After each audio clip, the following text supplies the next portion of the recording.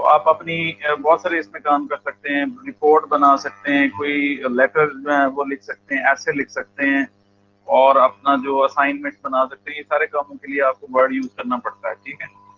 और ऑफिशियल जब आप बाद में जॉब करेंगे तो ऑफिस जॉब के लिए तो ये बहुत ही ज्यादा जरूरी है आपको कि बेसिक चीजें इसकी आनी चाहिए।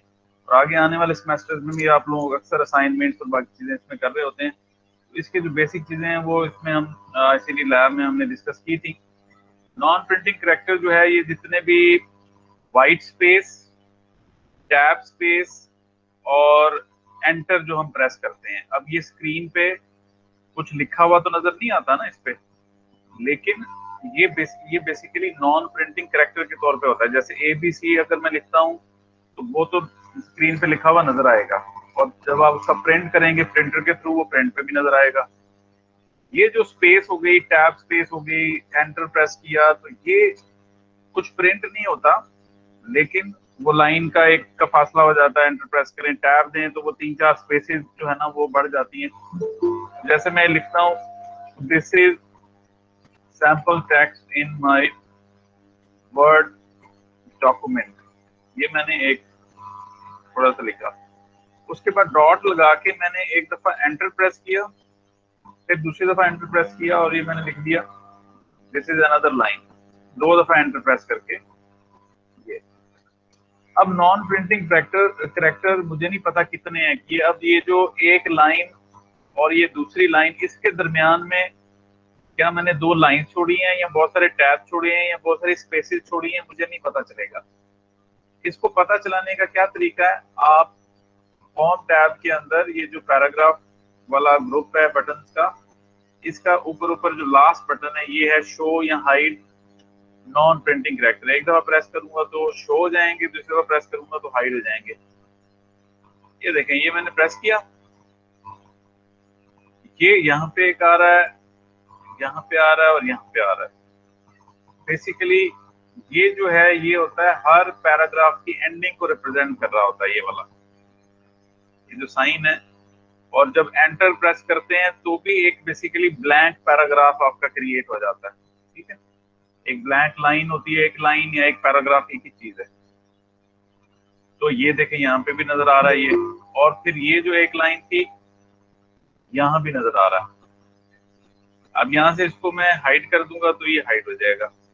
अब इसकी जरूरत हमें कब पड़ती है, नॉर्मली प्रिंटिंग में जब प्रिंट हम करते हैं डॉक्यूमेंट्स को, वर्ड के डॉक्यूमेंट्स को, तो उसमें बाद लेआउट आपका अजीबोगरीब हो जाता है या कोई और प्रॉब्लम आता है, वो हिडन करेक्टर की वजह से होता है। Hidden character, inter, tab, spaces, इस तरह से ना।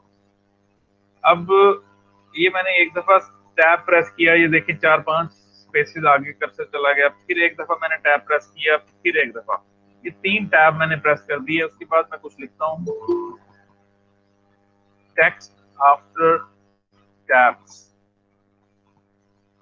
एक सेकंड, ये जो एक्सेस दे दूं मैं, ये जो लोग अभी आ रहे हैं,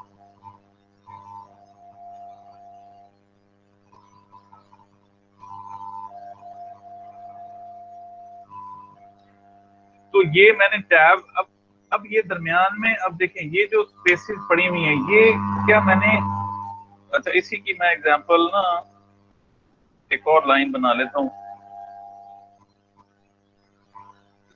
और यहाँ पे टैब के बजाय मैं सिंपल एक एक स्पेस डाल रहा हूँ, ये एक एक स्पेस मैं ना एंटर कर रहा हूँ। ओके, अब क्या आप देख के बता सकते हैं कि इसके दरमियान में टैब्स हैं या स्पेस हैं, या इसके दरमियान में, ये तो बजाय सेम लग रहा है। जब तक कि मैं नॉन प्रिंटिंग करेक्टर डिस्प्ले नहीं कराऊंगा मुझे नहीं पता चलेगा इसके दरमियान में स्पेसेस हैं या टैब्स हैं। अब देखिए ये जो टैब ये मैंने प्रिंट कराया, अब ये एरो आ रहा है, एरो का मतलब ये टैब स्पेस मैंने एंटर की थी, यानी टैब का मतलब होता है 4-5 स्पेसेस इकट्ठी डल जाती हैं। और यहाँ दरमियान में डॉट डॉट डॉट आ रहा है, डॉट का मतलब है एक एक स्पेस, एक डॉट का मतलब एक स्पेस, एक दफा यानी स्पेस की आप जब एंटर करते हैं ना, तो वो एक डॉट बन के आएगा जब आप शो करेंगे नॉन प्रिंटिंग करेक्टर्स को, ठीक है जी।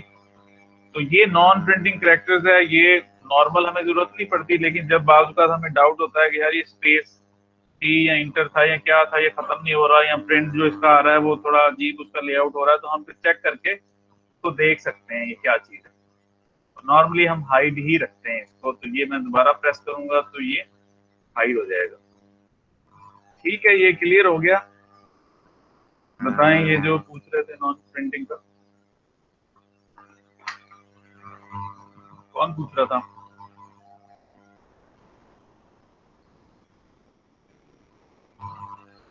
अच्छा, दूसरे नंबर पे जो पासवर्ड वाला पूछा है आपने कि पासवर्ड कैसे करना है, अब ये सबसे पहले तो सेव करेंगे। अभी ये ऊपर जब फर्स्ट टाइम आप वर्ड का वो करते हैं तो ऊपर डॉक्यूमेंट 1 या डॉक्यूमेंट 2 इसका ना टाइटल नजर आ रहा होता है, लेकिन ये सेव नहीं है।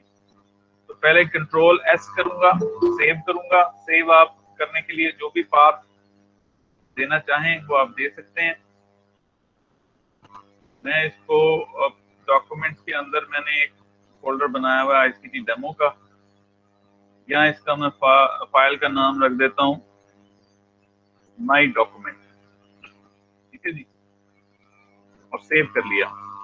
सेव करने के बाद फिर अब आपने इस पे पासवर्ड लगाना है, तो फाइल पे क्लिक करेंगे, उसके बाद प्रोटेक्ट डॉक्यूमेंट पे क्लिक करेंगे और इनक्रिप्ट विद पासवर्ड ये ऑप्शन पे क्लिक करेंगे।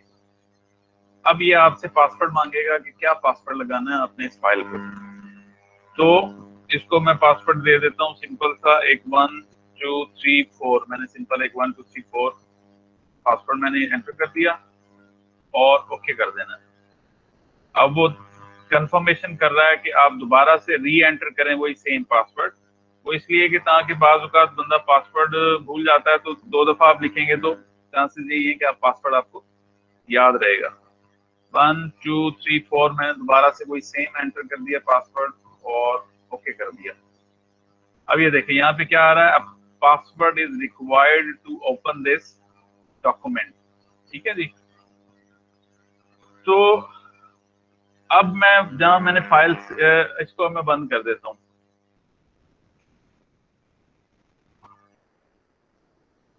सेव मैंने किया, वो सेव भी हो गई है। दोबारा से उसने जो चेंजिंग, जो पासवर्ड वाली मैंने चेंजिंग की है वो भी सेव हो गई है। अब मैंने जहां फाइल सेव की है, ये देखिए ये फाइल पड़ी हुई है। अब मैं इस पे डबल क्लिक करूंगा तो ये मुझसे पासवर्ड मांग रहा है। पासवर्ड 1 2 3 4 पासवर्ड है, तो ये मैंने एंटर करके ओके किया। तो उसके बाद ये फाइल खुली है, ऐसे ये फाइल नहीं खुली थी। तो आपका कोई अगर सेंसिटिव इंफॉर्मेशन आपने किसी फाइल में सेव करानी है तो वो आप इस तरह से उसको पासवर्ड लगा सकते हैं। जब आप किसी ऑफिस में जॉब वगैरह कर रहे होते हैं, जैसे बैंक्स हैं, तो वहाँ कुछ आपकी ऑर्गेनाइजेशन की ऐसी चीजें होती हैं जो आप कहते हैं कोई कंप्यूटर एक्सेस कर भी ले तो भी वो ना पढ़ सके, आप ऐसी फाइल्स को पासवर्ड लगा सकते हैं